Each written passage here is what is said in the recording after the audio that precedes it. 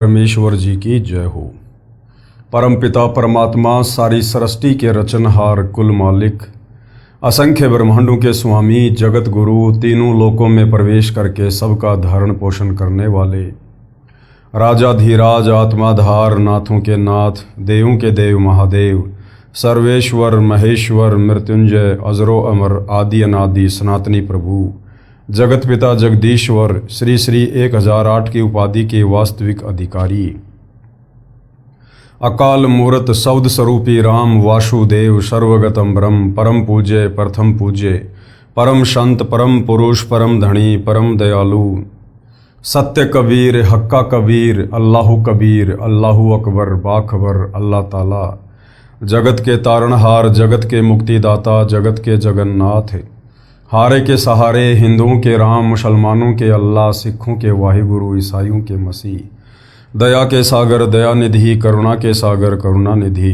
स्वयंभू परिभू, संकट मोचन, कष्ट हरण, मंगल करण, दुख भंजन, अविगत कबीर, निर्विकार निर्विषम परमात्मा, अलय अलेख सतगुरु, आदि अनादि सतगुरु,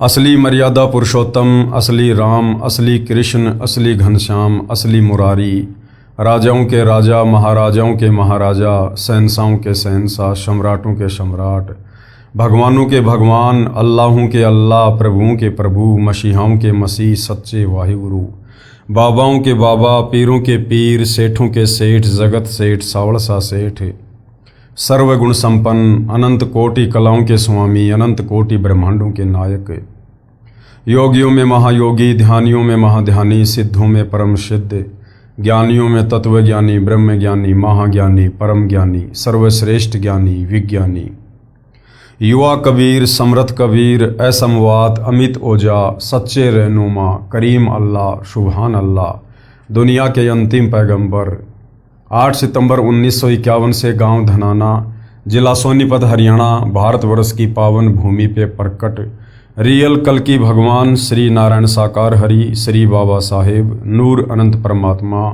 सच्चे दरवेश, सच्चे बाखबर, संत श्रोमणी सतगुरु रामपाल जी परमेश्वर जी के चरण कमल में आप और हम सभी भाई बहनों का अनंत कोटि दंडवत प्रणाम। सत्साई भाई और बहनों, बहुत बड़ी दया, बहुत बड़ी मेहर पूज्य गुरुदेव भगवान की, परमेश्वर रामपाल जी की, जिनके शुभ आशीर्वाद से, विशेष आशीर्वाद से, उन्हीं के सत्संगों के संग्रह के ऊपर बन चुकी पवित्र आध्यात्मिक पुस्तक कबीर बड़ा या कृष्ण के ऊपर वीडियो बनाने की श्रृंखला जारी है। इसी श्रृंखला में आज हमारा ये 18वें नंबर का वीडियो है। पूज्य गुरुदेव भगवान के आशीर्वाद से इस पवित्र पुस्तक कबीर बड़ा या कृष्ण के ऊपर जो वीडियो बन रहे हैं, उन वीडियो से विशेषकर हिंदू समाज से जुड़े श्रद्धालुओं को अध्यात्म के विषय में, भक्ति और भगवान के विषय में वो सब कुछ जानने को मिल रहा है जिसकी तलाश इस आत्मा को युगों युगों से थी। हमारे नादान धर्मगुरु तत्व ज्ञान के अभाव में, हमारे धर्मशास्त्रों में वर्णित सच्चाई को ना जानकर, ना पहचान कर समाज को भी सत भक्ति से रूबरू नहीं करवा पाए, जिसका खामियाजा हम युगों युगों से भुगत रहे हैं। वो शास्त्र विरुद्ध साधना को करने के चलते हमारे पूर्वज आज प्रेत योनि में हैं, भूत योनि में हैं, लक 84 में पशु और पक्षी के जीवन में कष्ट भोग रहे हैं। और उसी रास्ते पर हमें भी इन अज्ञानी धर्मगुरुओं के द्वारा निरंतर चलाया जा रहा था। अब रजा हुई है पूर्ण ब्रह्म परमेश्वर जी की, जो साक्षात सतगुरु रामपाल जी के रूप में धरती पर प्रकट होकर हमारी आत्मा के कल्याण हेतु हमें शास्त्र अनुकूल साधना दे रहे हैं।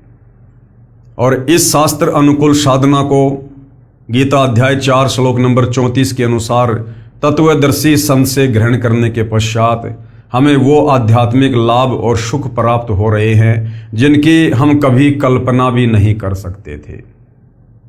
तो भाई और बहनों, इस पवित्र पुस्तक को लिखने का या वर्तमान में इसके ऊपर वीडियो बनाने का एक ही मकसद है कि आप मानव शरीरधारी सभी भाई बहन, वो चाहे किसी भी धर्म या मजहब से संबंधित हैं, आप अतिशीघ्र सतगुरु रामपाल जी से उपदेश प्राप्त करके अपनी आत्मा के कल्याण के मार्ग पर चलें। अन्यथा ये मनुष्य जन्म जो बड़ा दुर्लभ है और बड़े सौभाग्य से 184 योनियां भोगने के बाद केवल एक बार मिलता है। मानव जन्म दुर्लभ है, ये मिले न बारंबार, जैसे पेड़ से पत्ता टूट जाए फिर वापस नहीं लगता डार। और मानुष जन्म पाए कै जो नहीं रटे हरि नाम, भाई जैसे कुआ जल बिना फिर बनवाया क्या काम।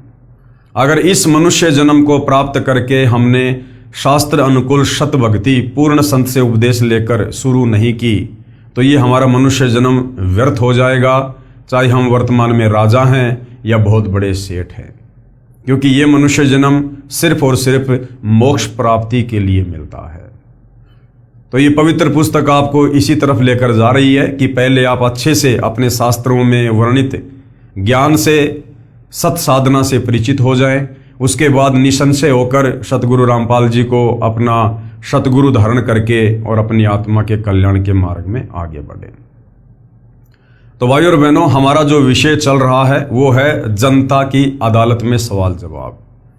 और जनता की अदालत में जज भी सतगुरु रामपाल जी ने जनता को ही बनाया है, क्योंकि वर्तमान में जनता शिक्षित है, एजुकेटेड है, पढ़ी लिखी है, अपनी आंखों से धर्मशास्त्रों को देख सकती है, पढ़ सकती है और सतगुरु रामपाल जी के तत्व ज्ञान को आधार बनाकर निष्कर्ष निकाल सकती है कि वास्तव में एक सर्वश्रेष्ठ परमात्मा कौन है, शास्त्र अनुकूल साधना क्या है, हमें किस भगवान की पूजा करनी चाहिए जिससे हमारी आत्मा का कल्याण हो। तो जनता की अदालत में मुकदमा चल रहा है कबीर बड़ा या कृष्ण। श्री कृष्ण जी को पूर्ण परमात्मा बताकर उनकी तरफ से जो पैरवी कर रहे हैं, यानी उनके जो वकील हैं, वो हैं सभी हिंदू धर्मगुरु, संत, शंकराचार्य, आचार्य सभी। और इधर कबीर जी की तरफ से उनके वकील हैं खुद कबीर जी यानी सतगुरु रामपाल जी। और सतगुरु रामपाल जी ने अभी तक आपने बहुत सारी वीडियो देख लिए हैं। जनता की अदालत में जनता के सामने हिंदुओं के धर्म ग्रंथों को, वेदों को, गीता जी को, पुराणों को दिखा दिखाकर प्रमाणित कर दिया है कि श्री कृष्ण उर्फ विष्णु ये नाशवान भगवान हैं, ये अविनाशी नहीं हैं, इनकी जन्म और मृत्यु होती है, इनके माता पिता हैं और ये किसी का मोक्ष नहीं कर सकते। और दूसरी तरफ कबीर जी के विषय में वेदों से और गीता जी से प्रमाणित कर दिया कि कबीर जी ही सुप्रीम गॉड हैं। गीता अध्याय 15 श्लोक 17 के अनुसार जो उत्तम पुरुष है, सर्वश्रेष्ठ परमात्मा है, जो तीनों लोकों में प्रवेश करके सबका धारण पोषण करता है, वो कबीर देव है। तो जनता धीरे धीरे अपनी आंखों से धर्मशास्त्रों में वर्णित सच्चाई को देखकर अध्यात्म के प्रति रुचि ले रही है और अध्यात्म में आगे और बहुत कुछ जानने के लिए कबीर जी के वकील सतगुरु रामपाल जी से सवाल कर रही है और सतगुरु रामपाल जी उनके प्रत्येक सवाल का उन्हीं के धर्मशास्त्रों को दिखा दिखा कर जवाब दे रहे हैं। तो वर्तमान में जो टॉपिक है वो है श्राद्ध को लेकर कि ये जो श्राद्ध निकलवाए जा रहे हैं इन नादान धर्मगुरुओं के द्वारा, पंडित और ब्राह्मणों के द्वारा, ये शास्त्र विधि को त्याग कर मनमाना आचरण है। श्राद्ध विधि ना हमारे वेदों में वर्णित है, ना पवित्र गीता जी में वर्णित है। और गीता अध्याय 16 श्लोक 23 के अनुसार ये मनमाना आचरण है। यदि हम श्राद्ध निकालेंगे तो हम भी मरने के बाद अपने पूर्वजों के पास उन्हीं प्रेत योनियों में जाएंगे, भूत योनियों में जाएंगे, क्योंकि श्राद्ध निकालना भूत पूजा में आता है। गीता अध्याय 9 श्लोक 25 मना कर रहा है कि भूत पूजोगे तो भूत बनोगे, प्रेत पूजोगे तो प्रेत बनोगे। तो अब श्राद्ध निकालने की, यानी अपने उन पूर्वजों को जो शास्त्र विरुद्ध साधना करने के चलते इन नादान धर्म गुरुओं के कहने पर आज उन प्रेत योनियों में कष्ट भोग रहे हैं, उन पूर्वजों को मुक्ति दिलाने का सर्वश्रेष्ठ श्राद्ध कैसा है, वो सर्वश्रेष्ठ श्राद्ध की विधि क्या है, अब वो सतगुरु रामपाल जी आपको बता रहे हैं। यदि आप उनकी शरण में आकर उस विधि से श्राद्ध निकालोगे, यानी उनके बताए अनुसार भक्ति करोगे, 5 यज्ञ करोगे, तो आपकी 7 पीढ़ियों पहले के जितने भी पूर्वज हैं, वो चाहे प्रेत योनि में हैं, चाहे भूत योनि में हैं, चाहे पशु और पक्षी की योनि में हैं, चाहे नरक में कष्ट भोग रहे हैं, तुरंत उन्हें मनुष्य जन्म परमेश्वर प्रदान करेंगे और मनुष्य जन्म देकर उन्हें वर्तमान में अपनी शरण में लेंगे और उनका भी उद्धार करेंगे। तो वर्तमान में इस धरती पर यदि अपने पूर्वजों के कोई सर्वश्रेष्ठ श्राद्ध कर रहा है तो सतगुरु रामपाल जी के भगत ही कर रहे हैं। तो देखिए किस प्रकार से सतगुरु रामपाल जी हमें समझा रहे हैं। श्राद्ध करने की श्रेष्ठ विधि, यानी ये जो हमारे नादान धर्म गुरु पंडित आचार्य शंकराचार्य ब्राह्मण हमें जो शास्त्र विरुद्ध विधि श्राद्ध निकालने की बता रहे हैं, जिससे ना हमारे पूर्वजों की मुक्ति हो सकती, उल्टा हमारी दुर्गति होगी। तो इस शास्त्र विरुद्ध विधि के अतिरिक्त शास्त्र अनुकूल विधि क्या है श्राद्ध निकालने की, अपनी पूर्वजों को मुक्ति दिलाने की, वो सतगुरु रामपाल जी बता रहे हैं।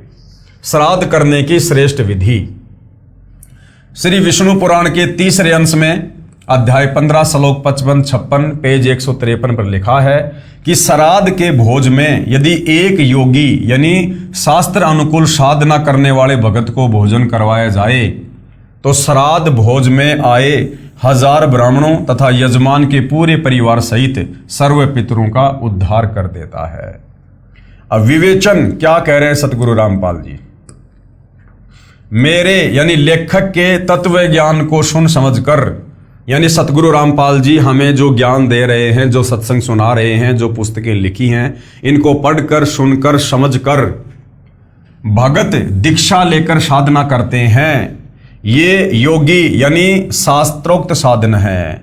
यानी जो व्यक्ति सतगुरु रामपाल जी के तत्व ज्ञान को समझकर उनसे उपदेश प्राप्त करके और उनके द्वारा बताई गई प्रत्येक मर्यादाओं में रहकर भक्ति करेगा, वो वास्तव में योगी है, शास्त्र अनुकूल साधक है।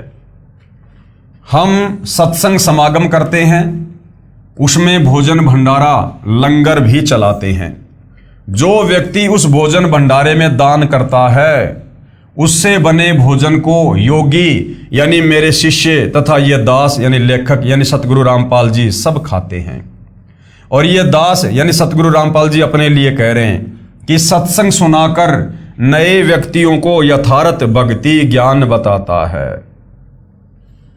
शास्त्रों के प्रमाण प्रोजेक्टर पर दिखाता है, जिस कारण से श्रोता शास्त्र विरुद्ध साधना त्याग कर शास्त्रोक्त साधना करते हैं, यानी शास्त्रों में वर्णित सत साधना करते हैं।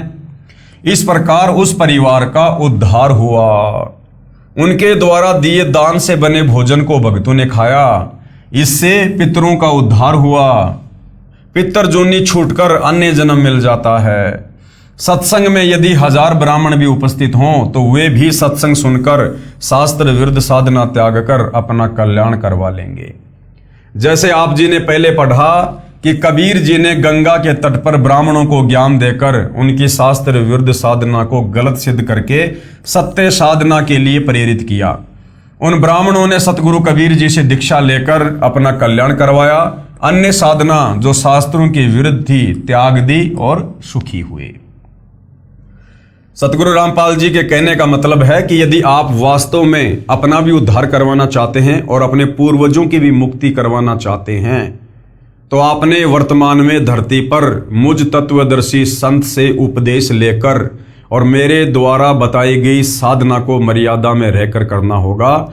इस साधना को करने के चलते आपके पूर्वजों की ऑटोमेटिक वो प्रेत योनियां छूट जाएंगी और उन्हें तुरंत मनुष्य जन्म प्राप्त होगा। और वर्तमान में आपके वो पूर्वज भी सतगुरु रामपाल जी की शरण में आकर अपनी आत्मा का कल्याण करवाएंगे।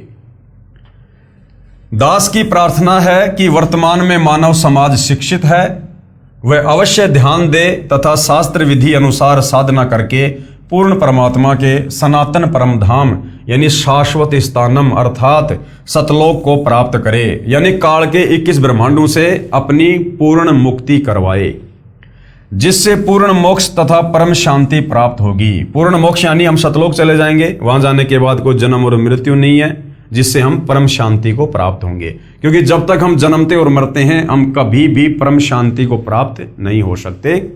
तो सतलोक में जाने के बाद इस आत्मा का जन्म और मरण सदा के लिए समाप्त हो जाता है। गीता अध्याय 15 श्लोक 4 तथा अध्याय 18 श्लोक 62 में जिसको प्राप्त करने के लिए कहा है, किसको? सतलोक को, सनातन परम धाम को। इसके लिए तत्वदर्शी संत की तलाश करो। गीता अध्याय 4 श्लोक 34। गीता अध्याय 4 श्लोक 34 में क्या कहा है कि उस सनातन परम धाम को, शतलोक को प्राप्त करने के लिए, जहां जाने के बाद साधक फिर कभी लौटकर वापस मुझ काल के 21 ब्रह्मांडों में जन्म और मरण के चक्कर में नहीं आता है, उसके लिए भाई किसी तत्वदर्शी संत की खोज कर, उस तत्वदर्शी संत के बताए अनुसार सत साधना कर, तब तेरा यहां से बेड़ा पार होगा, अन्यथा तू यहीं पर मेरे इस काल की चक्की में पिसता रहेगा। एक श्रद्धालु ने कहा कि मैं आपसे उपदेश लेकर आप द्वारा बताई साधना भी करता रहूंगा तथा श्राद्ध भी निकालता रहूंगा तथा अपने घरेलू देवी देवताओं को भी ऊपरले मन से पूजता रहूंगा, इसमें क्या दोष है? तो सतगुरु रामपाल जी क्या कह रहे हैं कि भैया, दो नाव की सवारी इस भक्ति मार्ग में नहीं चलती है, दो नाव की सवारी इस भक्ति मार्ग में नहीं चलती है। तो गुरुदेव भगवान कह रहे हैं कि मुझदास की प्रार्थना है, संविधान की किसी भी धारा का उल्लंघन कर देने पर सजा अवश्य मिलेगी, इसलिए पवित्र गीता जी व पवित्र चारों वेदों में वर्णित व वर्जित विधि के विपरीत साधना करना व्यर्थ है, बेकार है। इसका प्रमाण पवित्र गीता जी अध्याय 16 श्लोक नंबर 23 और 24 में है कि अर्जुन, शास्त्र विधि को त्याग कर यदि मनमाना आचरण करोगे तो ना मुक्ति होगी, ना गति होगी, ना कोई कार्य सिद्ध होगा। यदि कोई कहे कि मैं कार में पंचर ऊपरले मन से कर दूंगा, नहीं, राम नाम की गाड़ी में पंचर करना मना है। ठीक इसी प्रकार शास्त्र विरुद्ध साधना हानिकारक ही है। एक श्रद्धालु ने कहा कि मैं और कोई विकार नहीं करता, यानी ना मैं शराब पीता, ना मैं कोई मांस खाता, केवल तमाकू यानी बीड़ी, सिगरेट, हुक्का ही सेवन करता हूं। आपके द्वारा बताई पूजा व ज्ञान अति उत्तम है, मैंने गुरुजी भी बनाया है, परंतु ये ज्ञान आज तक किसी संत के पास नहीं है। मैं 25 वर्ष से घूम रहा हूं तथा 3 गुरुदेव बदल चुका हूं। कृपया मुझे तंबाकू सेवन की छूट दे दो, शेष सारी शर्तें मंजूर हैं, तंबाकू से भक्ति में क्या बाधा आती है? तो सतगुरु रामपाल जी ने किस प्रकार से समाधान किया है? लेखक की प्रार्थना, दास ने प्रार्थना की कि अपने शरीर को ऑक्सीजन की आवश्यकता है। तंबाकू का धुआं कार्बन डाइऑक्साइड है जो फेफड़ों को कमजोर व खून को दूषित करता है। मानव शरीर परमात्मा प्राप्ति व आत्म कल्याण के लिए ही प्राप्त हुआ है। इसमें परमात्मा पाने का रास्ता सुषुम्ना नाड़ी से प्रारंभ होता है। और सुषुम्ना नाड़ी गुरुदेव ने क्या बताई? ये जो हमारी नासिका है, एक छेद इस तरफ, एक छेद इस तरफ, और जहां पर ये हड्डी शुरू होती है, ये नाक का जो आगे का हिस्सा है, ये बहुत ही ये जो है ये कोमल है क्योंकि इसमें कोई हड्डी नहीं है। और जहां से हड्डी शुरू होती है, यहां से बीच से, वहां पर एक बारीक सुराग और है, यानी दाएं और बाएं से भिन्न उस हड्डी के अंदर एक बहुत ही बारीक सा सुराग है, हल्का सा, सुई की नोक कैसी होती है उससे भी हल्का।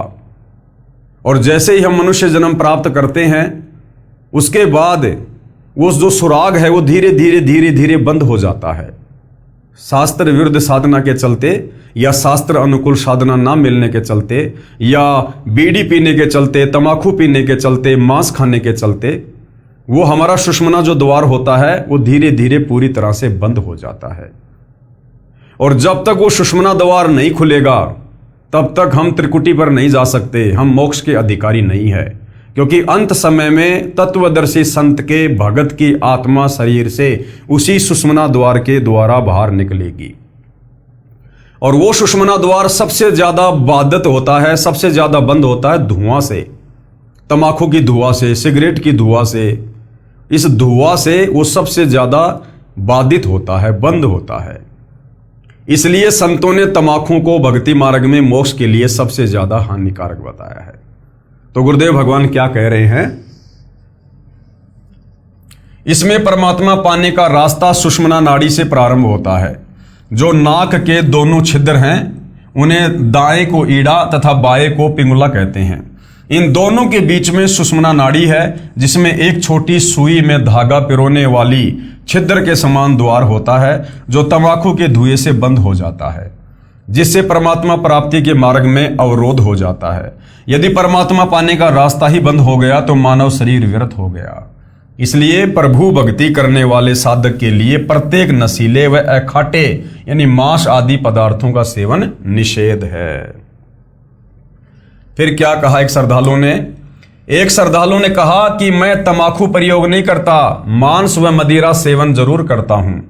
इससे भक्ति में क्या बाधा है? ये तो खाने पीने के लिए बनाई गई है तथा पेड़ पौधों में भी तो जीव हैं, वह खाना भी तो मांस भक्षण तुल्य ही है।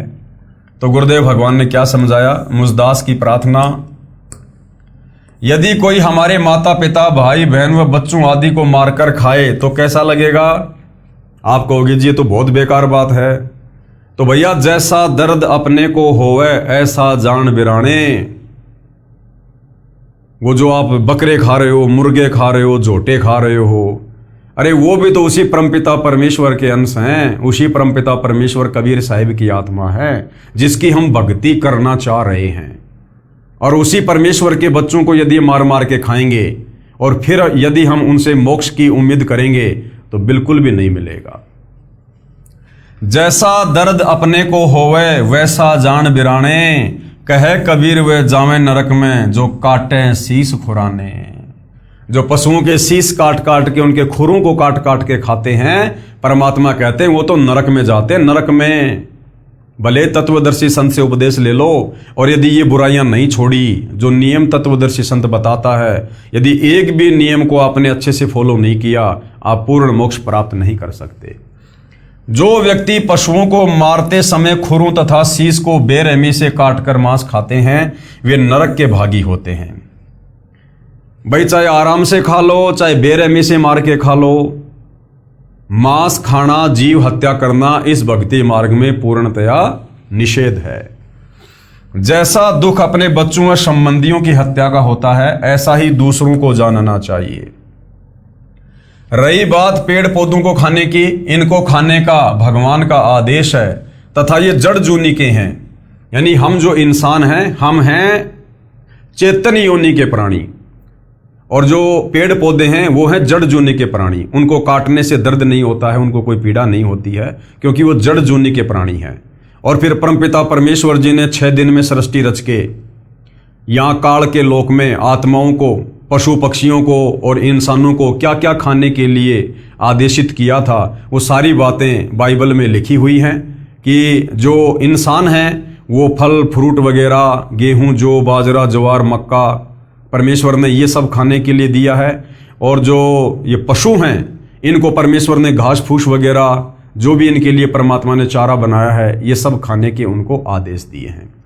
मांस खाने का आदेश कबीर परमेश्वर जी ने इस 21 ब्रह्मांड में किसी को भी नहीं दिया। जानवरों को भी मांस खाने का आदेश परमेश्वर का नहीं है। और गुरुदेव भगवान ने बताया कि सतयुग की शुरुआत में लगभग 1 लाख वर्ष तक शुरुआत में शेर भी मांस नहीं खाता था। कुछ ऐसे पेड़ होते थे जिनको शेर अपना जो है पंजा मारता था, और एक बहुत ही अच्छा जो पदार्थ है वो उस पेड़ से निकलता था, उसको शेर खाया करता था।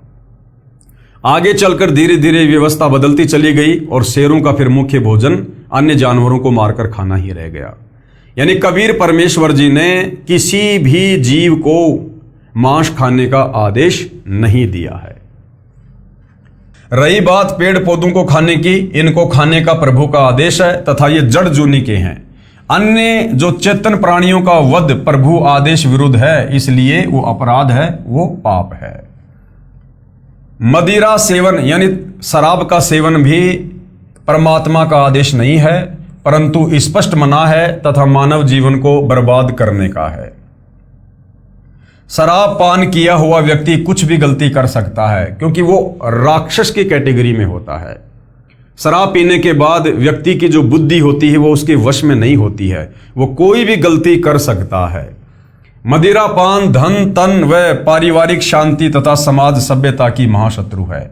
प्यारे बच्चों के भावी चरित्र पर कुप्रभाव पड़ता है। मदिरा पान करने वाला व्यक्ति कितना ही नेक हो, परंतु उसकी न तो इज्जत रहती है तथा न ही विश्वास। एक समय ये दास एक गांव में सत्संग करने गया हुआ था।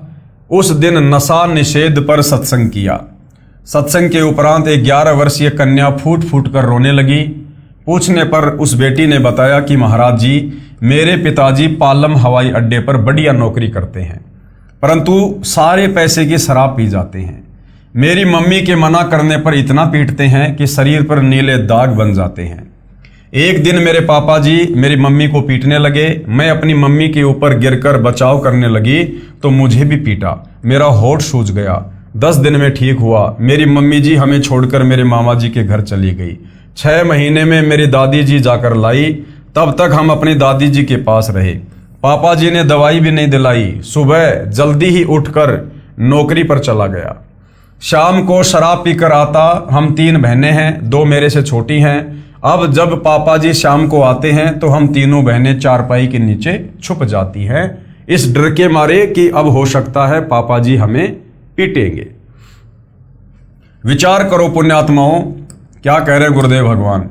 जिन बच्चों को पिताजी ने सीने से लगाना चाहिए था तथा बच्चे पिताजी के घर आने की राह देखते हैं कि पापा जी घर आएंगे, फल लाएंगे, आज इस मानव समाज की दुश्मन शराब ने क्या कर घाल दिए। इस शराब ने क्या घर गाल दिए, यानी कितना सत्यानाश कर दिया समाज का। परिवार के परिवार उजाड़ दिए, बच्चों का भविष्य नरक बना दिया। शराबी व्यक्ति अपनी तो हानि करता है, साथ में बहुत व्यक्तियों की आत्मा दुखाने का भी पाप सिर पर रखता है। जैसे पत्नी के दुख में उसके माता पिता बहन भाई दुखी, फिर स्वयं के माता पिता भाई बहन दादा दादी आदि परेशान। एक शराबी व्यक्ति आसपास के अच्छे व्यक्तियों की अशांति का कारण बनता है, क्योंकि घर में झगड़ा करता है। पत्नी व बच्चों की चिल्लाहट सुनकर पड़ोसी बीच बचाव करें तो शराबी गले पड़ जाए, नहीं करें तो नेक व्यक्तियों को नींद नहीं आती।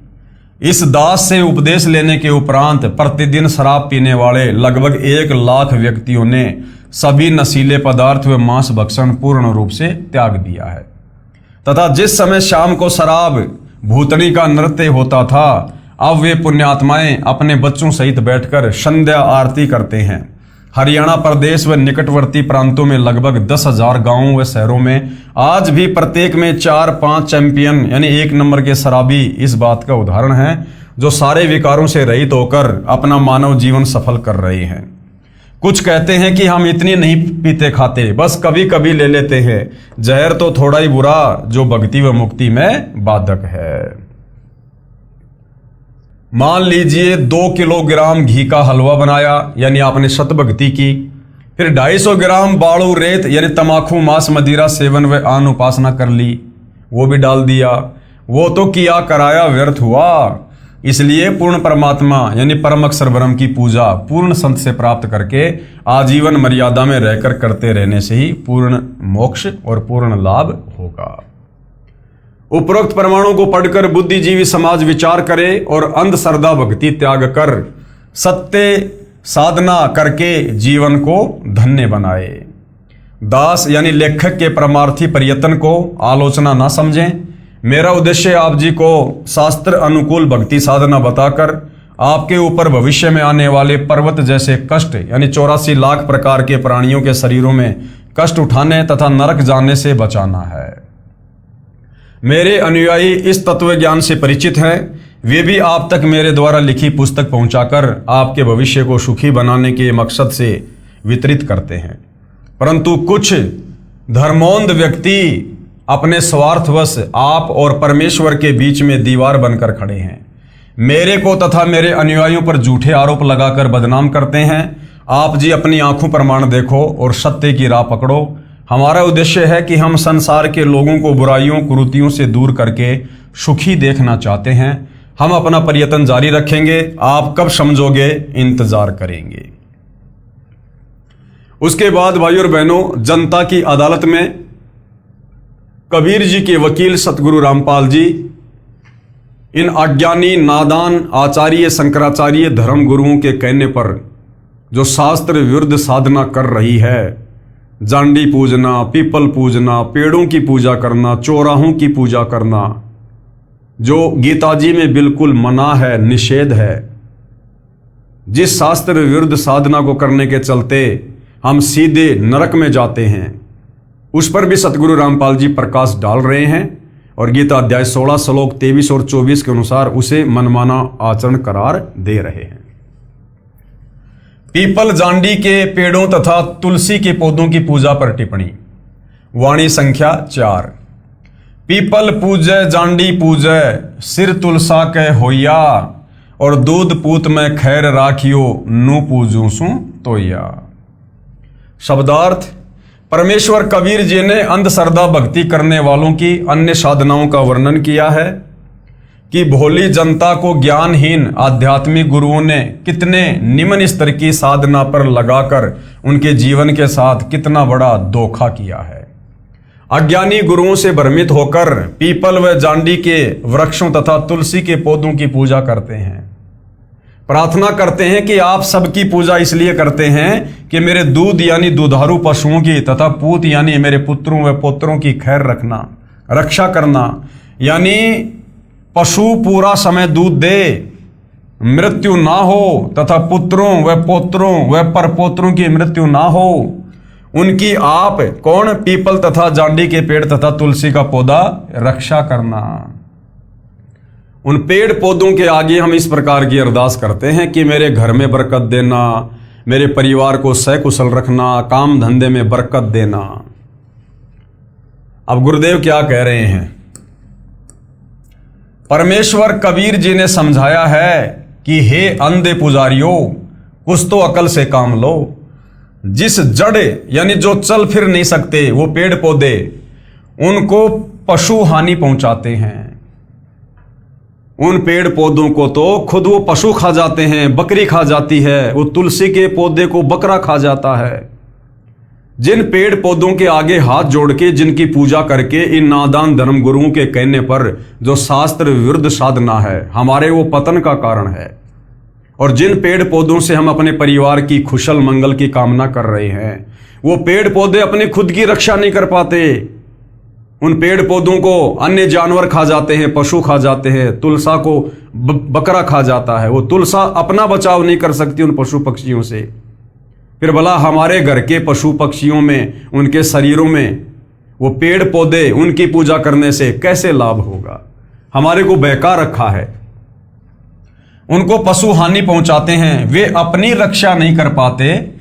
तुलसी को बकरा खा जाता है, वह अपनी रक्षा नहीं कर सकती। वृक्षों और पौधों की पूजा करके घर परिवार में आप धन वृद्धि तथा जीवन की रक्षा की कामना करते हो। वे स्वयं विवश हैं, आपकी रक्षा कैसे करेंगे? ये आपकी अंधश्रद्धा है जो आपके अनमोल मानव जीवन के लिए खतरा है। यानी आपका मानव जीवन शास्त्र वर्णित साधना त्याग कर शास्त्र विरुद्ध साधना रूपी मनमाना आचरण करने से नष्ट हो जाएगा। वाणी संख्या 4 में एक वाक्य है कि पीपल पूजय जांडी पूजय सिर तुलसा कह होइया। सिर होना का तात्पर्य है कि जो कुछ नहीं कर सकता, अज्ञानता के कारण उसी व्यक्ति से अपने कार्यवश बार बार निवेदन करना। वह व्यक्ति उस भोले मानव से कहता है कि मेरे सिर क्यों हो रहा है, मैं आपका ये कार्य नहीं कर सकता। परमेश्वर कबीर जी ने समझाया है कि जो आपके कार्य को करने में सक्षम नहीं है, जो कार्य परमात्मा के अतिरिक्त कोई नहीं कर सकता और जो स्वयं असहाय है, उनसे आप कार्य सिद्धि की आशा करते हैं, यह अज्ञानता है। वाणी संख्या 5 आगे कबीर परमेश्वर क्या बता रहे हैं? आप लिप आप पोते आप बनावे अहोइया, और उससे बोंदू पोते मांगे अकल मूल से खोइया। शब्दार्थ, परमेश्वर कबीर जी ने आन उपासना की एक और अंधश्रद्धा का स्पष्टीकरण किया है। कहा है कि एक भोली वरदा लोक वेद के अनुसार आन उपासना करते हुए स्वयं ही अहोई नामक माता यानी देवी का चित्र बनाती है। उसके लिए पहले दीवार को गारा तथा गाय के गोबर को मिलाकर लीपती है, यानी पलस्तर करती है। उस पर अहोई देवी का चित्र अंकित करती है। फिर उसकी पूजा करके पुत्र वधू के लिए बेटा मांगती है। परमात्मा कबीर जी ने कहा कि ऐसे अंधश्रद्धा भक्ति करने वालों की अकल यानी बुद्धि मूल से यानी जड़ से समाप्त है। वे निपट मूर्ख हैं। मन्नत मांगते समय बुढ़िया कहती है कि हे अहोई देवी, आप पुत्र वधू को बेटा देना, गाय को बछड़ा देना। पुराने समय में गाय को बछड़ा होना लाभदायक था, क्योंकि बछड़ा बैल बनता था, बैलों से खेती होती थी। भैंस को चाहे कटिया ही दे देना। बुढ़िया कितनी चतुर है। उसके कहने का भाव है कि आप देवी को नर यानी बछड़ा तथा बेटा मांगकर परेशान नहीं करना चाहती। भैंस को तो भले ही मादा वो कटिया दे देना, यानी बछिया दे देना, उसे पता है कि कटड़े की अपेक्षा जो कटिया है वो कितनी लाभदायक है। कटड़ा तो कसाईयों को काटने के लिए बेचते थे, कोई काम नहीं आता था।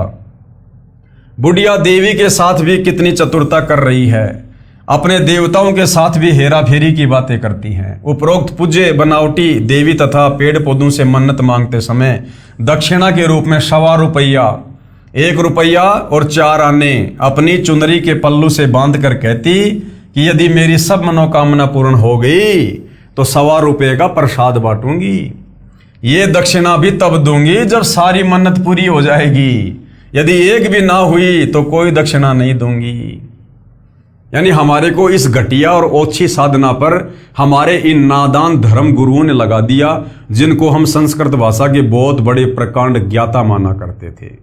भाई और बहनों, ये केवल संस्कृत भाषा से तो परिचित थे, लेकिन शास्त्रों की जो यथार्थता है ये उससे परिचित नहीं थे। जिस कारण से इन्हीं धर्मशास्त्रों में जो शास्त्र अनुकूल साधना लिखी हुई है उसके विपरीत ये हमारे से शास्त्र विरुद्ध साधना करवा रहे थे और पूरे समाज को इसी ओछी साधना पर लगा रखा था। परमात्मा के साथ धोखा। अब परमात्मा के साथ में धोखा कैसे, गुरुदेव भगवान समझा रहे हैं। कबीर जी कहते हैं कि अहरण की चोरी करे और करे सुई का दान, स्वर्ग जान की आस में कहे आया नहीं विमान। अहरण क्या होता है? लोहार जिस मोटे से लोहे को जमीन में दबाकर फिर उसके ऊपर किसी वस्तु को रख के चोट मारता है, तो जो जमीन में दबा हुआ लोहा होता है उसको कहते हैं अहरण। शब्दार्थ, परमात्मा कबीर जी ने कंजूस व्यक्ति की नीयत बताई है कि 2 नंबर का कार्य करके, यानी चोरी रिश्वत लेकर, हेरा फेरी करके, मिलावट करके धन तो करोड़ों का प्राप्त करता है और दान 1.25 रुपये का करता है। जैसे चोरी तो अहरण जितने लोहे की करता है, अहरण लोहार कारीगरों के पास होता है जिसका कुल लोहा 30 से 40 किलोग्राम वजन का होता है, और दान करता है केवल सुई जितना लोहे की कीमत का। उसी धर्म कर्म को मूर्ख इतना अधिक मानता है कि परमात्मा मेरे को स्वर्ग में ले जाने के लिए विमान भेजेगा। जब मनोकामना पूर्ण नहीं होती है तो वह कंजूस विचार करता है कि परमात्मा ने विमान भेजने में देरी क्यों कर रखी है। परमेश्वर कबीर जी ने ऐसे धर्म के कार्यों पर कहा है कि कबीर जिन हरि जैसा सुमरिया ताको तैसा लाभ, और ओषा प्यास न भागी जब तक दसे नहीं आब। क्या अर्थ किया है गुरुदेव भगवान ने? शब्दार्थ, परमेश्वर कबीर जी ने स्पष्ट किया है कि जो साधक जैसी भक्ति तथा दान धर्म करता है उसी के अनुसार लाभ देता है। पूर्ण लाभ के लिए धर्म कर्म भी पूर्ण करने से पर्याप्त लाभ मिलता है। जैसे घास पर गिरी ओस के पानी को चाटने से प्यास नहीं बुझती, प्यास बुझाने के लिए गिलास भरकर पानी पीना पड़ता है। इसी प्रकार परमात्मा से पूर्ण लाभ लेने के लिए दान धर्म भी पर्याप्त मात्रा में करना चाहिए। उदाहरण दिया है गुरुदेव भगवान ने समझाने के लिए। एक कंजूस व्यक्ति की दूध वाली भैंस गुम हो गई। उसे खोजने के लिए पिता पुत्र चल पड़े। रास्ते में सबसे पहले हनुमान जी का मंदिर आया। पिताजी ने मूर्ति के सामने संकल्प किया कि हे बजरंग बली, आपने तो 7 समुद्र के पार सीता माता की खोज कर दी थी, आपके लिए हमारी भैंस की खोज करना कौन सा कठिन कार्य है। यदि मेरी भैंस मिल गई तो अंजना के लाल 1 थन का दूध जब तक भैंस दूध देती रहेगी आपको चढ़ाया करूंगा। कृपया ध्यान देना, जल्दी करना। यह संकल्प उसका बेटा भी सुन रहा था। आगे गए तो फिर क्या हुआ? आगे गए तो रास्ते में शिव जी का मंदिर था। वहां उसने कहा कि भैंस मिल गई तो 1 थन का दूध शिव जी को चढ़ाने का वायदा कर दिया। आगे गए तो रास्ते में श्री कृष्ण जी का मंदिर था, 1 थन का दूध उसके लिए बोल दिया। और आगे गए तो रास्ते में गणेश जी का मंदिर था, 1 थन का दूध उसी तरह चढ़ाने का संकल्प करके पिता पुत्र आगे चले। तो उसके बेटे ने पिताजी से कहा कि पिताजी, जब तक भैंस दूध देवेगी तब तक 4 थनों यानी इस तनों का दूध यानी भैंस का सारा दूध तो देवता पिएंगे, फिर हम भैंस की खोज किस लिए करें, चलो वापस अपने घर ही चलते हैं। तो पिताजी क्या बोला, हेरा फेरी मास्टर, यानी वो कंजूस पिता बोला, बेटा एक बार भैंस मिलने दे, इन देवताओं का जी जानेगा जैसा इनको दूध पिलाऊंगा। कि बेटा एक बार भैंस तो मिल जाए, वो तो बाद में देखूंगा देव देवता ने दूध पिलाना कि नहीं पिलाना। बेटा बोला पिताजी मैं समझा नहीं। तो पिताजी बोला भैंस मिलने के बाद 2 गिलास दूध और उसमें 2 गिलास पानी मिलाकर एक दिन एक एक गिलास चारों देवताओं को चढ़ाकर कह दूंगा, देवता जी आपका धन्यवाद, आपने भैंस मिला दी, परंतु मैं भी बाल बच्चेदार हूं, मेरे से आपकी पूजा में इतना ही दूध चढ़ाया जाएगा, यानी मेरी आर्थिक स्थिति इतना ही दूध चढ़ाने की है, आगे नहीं चढ़ा पाऊंगा, माफ करना, आप सबको दूध पिलाने वाले हो, आपको दूध की क्या आवश्यकता है, भैंस मिल गई यही पूजा की गई। परमेश्वर कबीर जी बताना चाहते हैं कि तत्व ज्ञान ना होने के कारण भगत की नीयत साफ नहीं हो सकती, जिस कारण से वह सांसारिक क्षेत्र में तो हेरा फेरी करता ही है, परमात्मा को भी नहीं छोड़ता। ये अंध भक्ति है जो शास्त्र के विरुद्ध है, जिसमें कोई लाभ होने वाला नहीं है, जिससे जीव की मानसिकता का विकास नहीं हो सकता। अब आगे पूज्य गुरुदेव भगवान शास्त्र विरुद्ध साधना के तहत जो हमारी माता बहनों से, ये हमारे नादान तत्व ज्ञानहीन धर्म गुरु सत्यनारायण की कथा करवाया करते थे, 16 शुक्रवार करवाया करते थे, तरह तरह के व्रत करवाया करते थे, तो इन शास्त्र विरुद्ध साधनाओं को करने से भी साधक को किसी प्रकार का कोई लाभ संभव नहीं है। 16 शुक्रवार के व्रत करना, वाणी संख्या 6, पति शराबी घर पर नित ही करत बहुत लड़ैया, और उसकी पत्नी 16 शुक्र व्रत करत है, देही नित तुड़ैया। परमेश्वर कबीर जी ने तत्व ज्ञानहीन उपासकों की अंधश्रद्धा भक्ति पर प्रकाश डाला है, कहा है कि बिना विवेक किए जो साधना करते हैं वो व्यर्थ है। और उदाहरण देकर समझा रहे हैं गुरुदेव। उदाहरण, एक लड़की का पति शराब पीता था, अन्य नशा भी करता था, कोई काम धंधा नहीं करता था, जमीन को वह लड़की ही संभालती थी। शराब पीने से मना करने पर वह शराबी अपनी पत्नी को मारता और पीटता था। घर नरक बना हुआ था। उस लड़की के माता पिता भाई भाभी सबने मुजदास यानी सतगुरु रामपाल जी से दीक्षा ले रखी थी, ज्ञान भी ठीक से समझा था। वे अपनी लड़की की दुर्दशा से चिंतित थे। एक दिन वे अपनी लड़की को समझाकर दीक्षा दिलाने आश्रम में मेरे पास लाए। लड़की को बताया गया कि कोई आन उपासना यानी मूर्ति पूजा, व्रत रखना आदि नहीं करनी है। लड़की ने कहा कि मैंने 16 शुक्रवार के व्रत करने की प्रतिज्ञा कर रखी है कि घर में शांति हो जाए। अभी तो मैंने आधे किए हैं, ये पूरे करके फिर नाम दीक्षा लूंगी। उस बेटी को अच्छी तरह समझाया, तब उस शास्त्र विरुद्ध साधना को त्यागने को तैयार हुई और दीक्षा लेकर सुखी हुई। पति ने भी शराब त्याग दी। पूरा परिवार दीक्षा लेकर शास्त्र विधि अनुसार साधना कर रहा है। विचार, अंधश्रद्धा भक्ति करने वालों को इतना भी विवेक नहीं कि जो साधना कर रहे हो इससे लाभ है या नहीं। उस बेटी से पूछा कि 16 शुक्रवार के व्रतों से ज्ञानहीन गुरुओं ने क्या लाभ बताया। उस लड़की ने बताया कि एक स्त्री का पति रोजगार के लिए दूर देश में चला गया, वहां वर्षों तक नहीं आया। उस स्त्री को चिंता सताने लगी। एक दिन उसको देवी संतोषी माता दिखाई दी और बोली कि मेरे 16 शुक्रवार के व्रत लगातार कर दे, तेरा पति घर आ जाएगा। और ऐसा ही हो गया। अब विचार करो, गुरुदेव ने कहा कि विचार करो बेटी, आपका पति तो तेरे पास ही रहता है, प्रतिदिन लड़ाई झगड़ा करता है, आपकी देही तोड़ता है यानी मारपीट करता है। आप भी इस व्रत को किस लिए कर रही हो? आपने तो ऐसा व्रत करना चाहिए था कि वह कई दिन तक घर में ना आए और मार भी ना खानी पड़े। आप तो अपनी आफत लाने का व्रत कर रही हो। कि चलो उस औरत ने तो इसलिए 16 शुक्रवार के व्रत किए कि उसका पति बाहर विदेश चला गया था और किसी कारण से वापस नहीं आ पा रहा था, तो वो तो अपने विदेश गए हुए पति को वापस स्वदेश लाने के लिए व्रत कर रही थी। और नादान तेरा पति तो तेरे घर पे रहता, तेरे पास में रहता, और रोजाना शाम को दारू पी के आता है, तेरे साथ मार पिटाई करता है, तेरी देह तोड़ता है। तो तूने तो नादान कोई ऐसा व्रत करना चाहिए जिससे तेरा पति घर में ना आए और तेरी पिटाई बच जाए।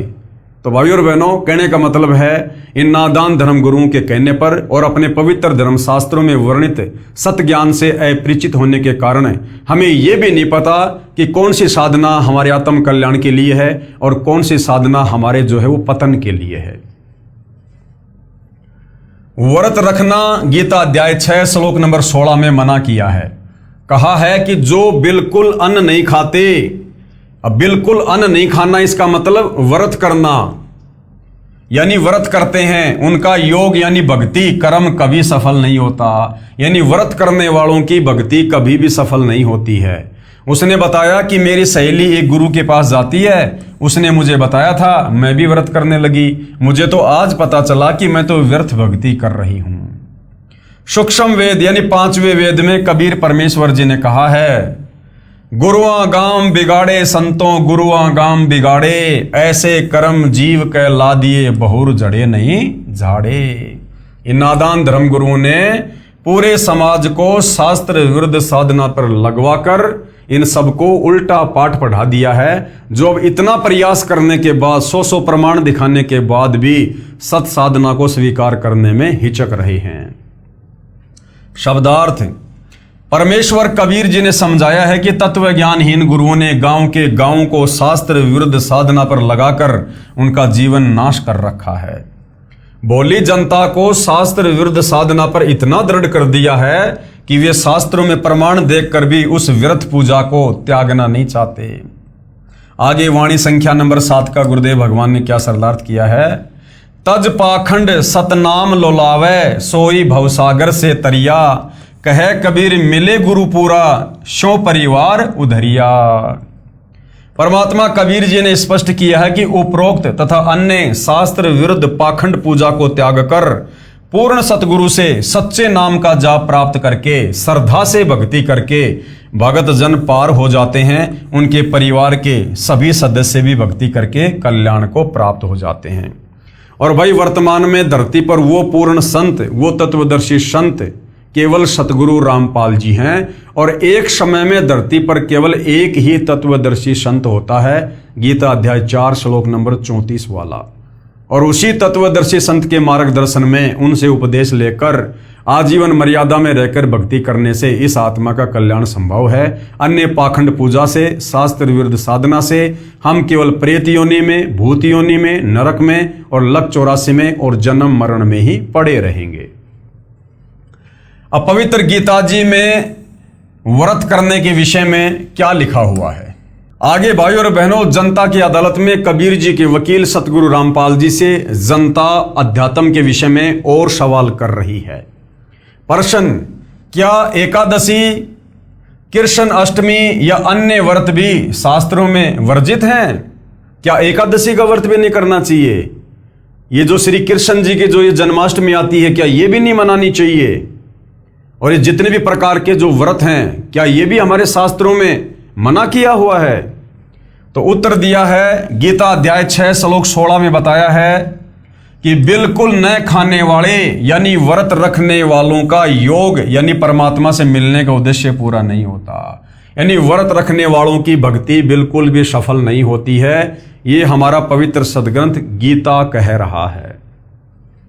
गीता अध्याय 6 श्लोक 16, हे अर्जुन, ये योग यानी परमात्मा प्राप्ति के लिए की गई साधना न तो बहुत खाने वाले का और ना बिल्कुल न खाने वाले का तथा न बहुत सोने वाले का और न सदा जागने वाले का ही सिद्ध होता है। यानी हमने मनुष्य जन्म में बैलेंस बनाकर चलना होता है, खाने को लेकर और नींद को लेकर। जो व्यक्ति बहुत ज्यादा खाना खाएगा, पेट को भरा भरा रखेगा, आवश्यकता से ज्यादा खाएगा, तो वो भक्ति क्या खाक करेगा? उसका शरीर तो टूटता रहेगा, अंगड़ाई लेता रहेगा, उसको आलस से आएगा, उबासी आएगी, जम्भाई आएगी, पेट में उसके पीड़ा होगी, पेट में मरोड़े उठेंगे। तो वो व्यक्ति यानी बहुत ज्यादा भोजन खाने वाला भी कभी भक्ति सफल नहीं कर सकता। और बिल्कुल ना खाने वाला भी यानी व्रत रखने वाला, अब पेट में तो चूहे कूद रहे हैं, भक्ति करने बैठ गए, बार बार वो भूख याद आ रही है, तो फिर वो व्यक्ति भी भक्ति नहीं कर पाएगा। तो क्या करना होगा? संयम से भोजन करना होगा, ना ज़्यादा खाना और ना बिल्कुल कम खाना।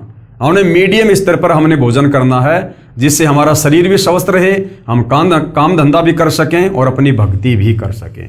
इसी प्रकार जो व्यक्ति बहुत ज़्यादा सोता है या बिल्कुल भी नहीं सोता है, वो व्यक्ति भी अपनी भक्ति को सफल नहीं कर पाता है। इसलिए व्रत रखना शास्त्र विरुद्ध होने से व्यर्थ सिद्ध हुआ।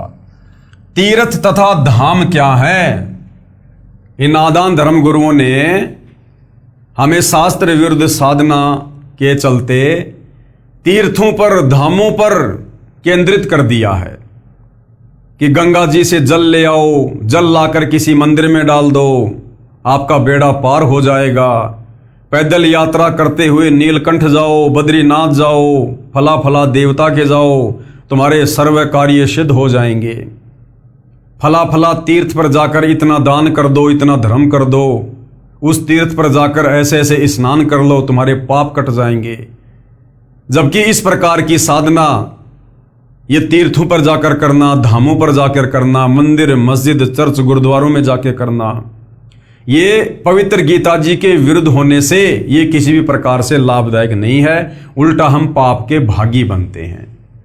तो तीर्थ तथा धाम क्या है, इस विषय में भाइयों और बहनों हम अगले वीडियो में चर्चा करेंगे, क्योंकि जनता की अदालत में अब जनता धीरे धीरे अपने सर्व पवित्र हिंदू धर्म ग्रंथों को, विशेषकर चारों वेद, गीता जी और 18 पुराणों से जो ज्ञान सतगुरु रामपाल जी बता रहे हैं, जो प्रमाण जनता की अदालत में दिखा रहे हैं, उनको देखकर अब जनता धीरे धीरे अध्यात्म में रुचि ले रही है और सत साधना पर लगने से पूर्व अपनी समस्त प्रकार की शंकाओं का समाधान करवा रही है। तो भाइयों और बहनों, हम प्रत्येक विषय को धीरे धीरे लेंगे, धीरे धीरे आगे बढ़ेंगे, ताकि हम इन चीज़ों को समझते हुए आगे बढ़ें और फिर सतगुरु रामपाल जी से यानी तत्वदर्शी संत से उपदेश प्राप्त करके शास्त्रों में वर्णित शास्त्र अनुकूल साधना करके अपनी आत्मा का कल्याण करवा सकें। तो आज के इस विषय पर केवल इतना ही। अगले टॉपिक पर हम कल फिर चर्चा करेंगे। तब तक पूज्य गुरुदेव भगवान हम सबको आज्ञा दें, आशीर्वाद दें, सद्बुद्धि दें। बंदी छोड़ सतगुरु रामपाल जी परमेश्वर जी की जय हो।